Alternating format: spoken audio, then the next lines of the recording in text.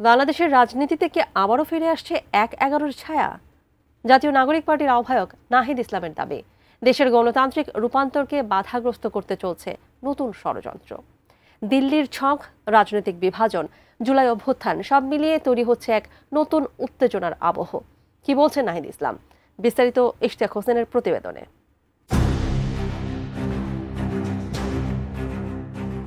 জাতীয় নাগরিক পার্টি এনসিপির আহ্বায়ক নাহিদ ইসলাম অভিযোগ করেছেন, দেশে গণতান্ত্রিক রূপান্তরকে বাধাগ্রস্ত করে আবারও ১/১১-র মতো একটি পরিস্থিতি তৈরির ষড়যন্ত্র চলছে।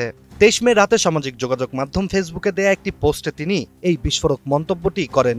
এছাড়া রাজধানী ধানমন্ডির একটি হোটেলে এনসিপির যুব সংগঠন জাতীয় যুব শক্তির পরিচিতি ও সাধারণ সভাতেও এ বিষয়ে কথা বলেছেন তিনি। ফেসবুক পোস্টে নাহিদ ইসলামের অভিযোগ, আওয়ামী লীগকে নিষিদ্ধ করার পর থেকে দিল্লির প্রত্যক্ষ পৃষ্ঠপোষকতায় দেশের অভ্যন্তরে রাজনৈতিক অস্থিতিশীলতা তৈরির ছক আঁকা হচ্ছে, যেটির লক্ষ্য বাংলাদেশকে আবারও বিভাজিত করা, জাতীয় ঐক্য বিনষ্ট করা এবং সার্বভৌমত্বকে দুর্বল করা। নাহিদ ইসলামের মতে, বাংলাদেশের রাজনীতিকে সকল প্রকার আধিপত্যবাদ থেকে মুক্ত করে স্বাধীন ও সার্বভৌমভাবে পরিচালনা করাই তাদের লক্ষ্য। কিন্তু এ লক্ষ্য বাস্তবায়নের পথে বড় বাধা হয়ে দাঁড়িয়েছে দেশের অভ্যন্তরীণ ও আন্তর্জাতিক ফ্যাসিবাদী ও আধিপত্যবাদী শক্তি।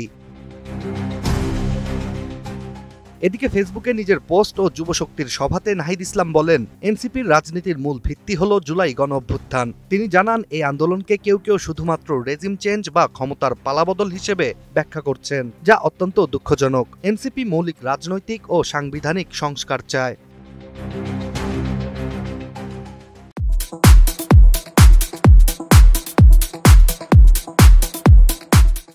এনসিপির আহ্বায়কের দাবি, নির্বাচনের আগে একটি জুলাই সনদ রচিত হতে হবে এবং জুলাই গণহত্যার বিচার দৃশ্যমানভাবে শুরু করতে হবে। পাশাপাশি নতুন সংবিধান প্রণয়নের লক্ষ্যে গণপরিষদ ও আইনসভার নির্বাচন একসাথে দিতে হবে বলেও জানান নাহিদ।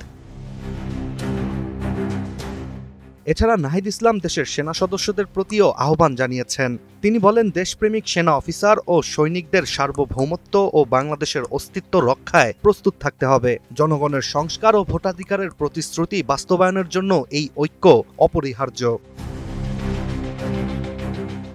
অন্যদিকে বর্তমানে সবচেয়ে আলোচিত বিষয় ডক্টর মোহাম্মদ ইউনূসের পদত্যাগের প্রসঙ্গে নাহিদ জানিয়েছেন, প্রধান উপদেষ্টাকে দায়িত্বে থেকেই রাজনৈতিকভাবে সকল সমস্যার সমাধান করতে হবে, সংস্কার, বিচার ও ভোটাধিকারের প্রতিশ্রুতি রক্ষা করতে হবে।